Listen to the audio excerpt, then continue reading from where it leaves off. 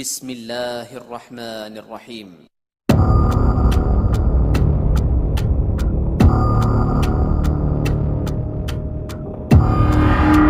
نے بہت سارے انبیاء، رسولوں، صحابہ اکرام، علماء اور نیک لوگوں کے قصے سنے ہوں گے جن سے دل کو سکون اور ان کے نیک اعمال سے ہم کو زندگی میں موٹیویشن ملتا ہے۔ ظاہر ہے ان سب کا تعلق Middle East, India, Pakistan, Afghanistan یا سینٹرل ایشیا کے علاقوں سے رہا ہوگا۔ کیا آپ نے کبھی کوئی یورپی عالم دین کے بارے میں سنا ہے؟ چلیے اس ویڈیو میں ہم انگلینڈ کی جانی مانی شخصیت جناب مارماڈیوک ولیم پیختال کے بارے میں جانتے ہیں۔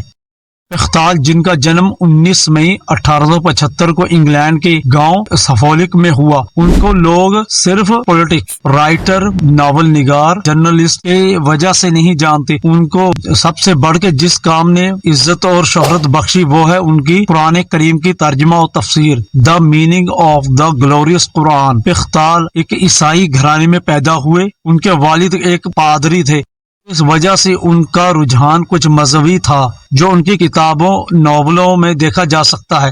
وہ کچھ عرصہ اپنے خاندان کے ساتھ گاؤں میں رہے، پھر باپ کے مرنے کے بعد ان کے فیملی لنڈن میں آ کر بس گئی۔ انہوں نے شروعاتی پڑھائی انگلینڈ کے مشہور اسکول ہیرو، یہیں پر ان کی ملاقات وسٹن چرچل سے ہوئی جو ان کے اچھے دوست تھے۔ یہ وہی وسٹن چرچل ہیں جو آگے چل کر انگلینڈ کے پریزیڈنٹ بنے۔ پیختال نے 19 نومبر 1917 کو مسلم لٹریری سوسائٹی انسٹیٹیوٹ میں اس وقت مسلمان ہونے کا اعلان کیا جب وہ اسلام اینڈ پروگریسو، اسلام اور ترقی پر تقریر کر رہے تھے۔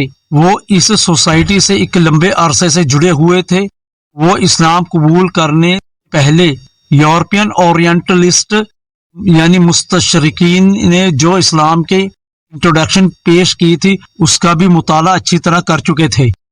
اگر آپ کو اورینٹلزم یعنی مستشرقین کے بارے میں نہیں پتا تو تھوڑا سا اس ویڈیو میں ہلکی سی انٹروڈکشن کرا دیتے ہیں۔ اس پر انشاءاللہ ڈیٹیل ویڈیو ضرور بناؤں گا۔ انگلش میں جسے اورینٹلسٹ کہتے ہیں اسے عربی اور اردو میں مستشرق کہا جاتا ہے۔ یہ ان یورپین لوگوں کو بولا جاتا ہے جو ایشین کلچر، یہاں پہ پائے جانے والے مذاہب اور زبانیں، یہاں کے رسم و رواج بطور خاص اسلام پر اسٹڈی کرتے ہیں۔ ان کی تحقیق کی وجہ ان کے پیچھے مقاصد کسی تھنک ٹینک ادارے یا کسی میڈیا ادارے یا کسی خاص مقصد کی وجہ سے یورپین عوام کو غلط اور صحیح جانکاری پہنچایا کرتے ہیں۔ ان کا ہدف زیادہ تر اسلام اور اسلامی علوم رہا ہے۔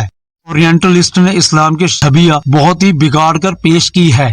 ویڈیو میں آگے بڑھنے سے پہلے آپ سے ریکویسٹ ہے چینل کو سبسکرائب، ویڈیو کو لائک اور کمنٹ کر کے بتائیں کہ اورینٹلسٹ پر آپ ویڈیو دیکھنا چاہیں گے۔ آپ ٹاپک پر واپس آتے ہیں۔ پیختال نے مسلمان ہوتے ہی مارماڈیوک ولیم پیختال سے اپنا نام محمد مارماڈیوک پیختال کر لیا۔ وہ نہ صرف انگلش اچھی طرح جانتے پڑھتے تھے بلکہ وہ اردو عربی میں بھی اچھی طرح لکھتے اور بولتے تھے۔ انہوں نے ایک ایسے وقت میں اسلام لانے کا اعلان کیا جب ورلڈ وار 1 کا زمانہ تھا۔ وہ اکثر اپنے آرٹیکل اور تقریروں میں ترکی کی حمایت کیا کرتے تھے، ترکی جو کہ سینٹرل پاور الائنڈ گروپ میں تھا اور انگلینڈ الائڈ پاور گروپ میں تھا۔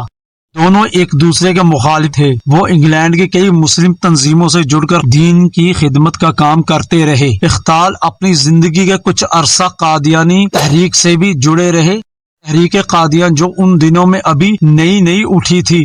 یورپی لوگ تو کیا، غلام مرزا احمد قادیانی کے نظریات کے بارے میں ہندوستان کے لوگ بھی پوری طرح واقف نہیں ہوئے تھے۔ یہ تو ابو الوفا ثناء اللہ امرتسری رحمہ اللہ کی مرہون منت ہے جو انہوں نے غلام مرزا احمد قادیانی کے نظریات کو لوگوں پر آشکار کیا۔ مارماڈیوک پیختال بھی ایک قادیانی خواجہ کمال الدین کے ساتھ وکنگ مسلم مشن انسٹیٹیوٹ کا حصہ بن گئے جس کو خواجہ کمال الدین قادیانی نے 1913 کو قائم کیا، جس کے تحت وہ ایک مسجد بھی بنائی ہوئی تھی۔ لوگوں میں اتنا لٹریچر نظریات کو پھیلایا کرتے تھے، مگر جلد ہی پیختال کو ان کی جانکاری ہوئی تو انہوں نے اس کا ساتھ چھوڑ دیا۔ ویسے ویکیپیڈیا کے مطابق پھر وہ اہل سنت والجماعت کے حنفی مکتبہ فکر سے جڑ گئے۔ پیختال کو اکثر انگلینڈ کی الگ الگ مسجدوں میں جمعے کے خطبے تقریروں کے لیے بلایا جاتا۔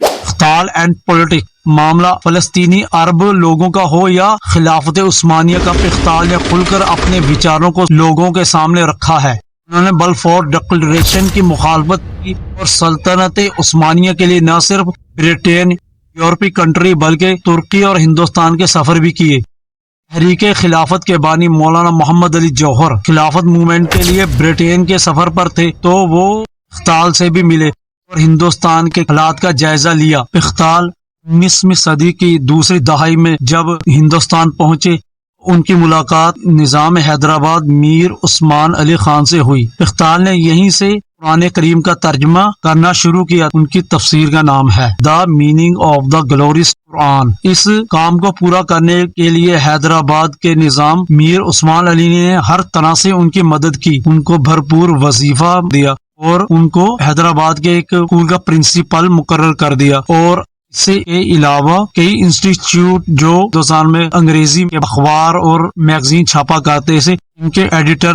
مقرر کر دیے گئے۔ ان کے ترجمہ قرآن پر انشاءاللہ نیکسٹ ویڈیو میں بات کریں گے، جلد ہی اپلوڈ ہوگی۔ دوسرا پارٹ کے لیے کمنٹ کر کے بتائیں۔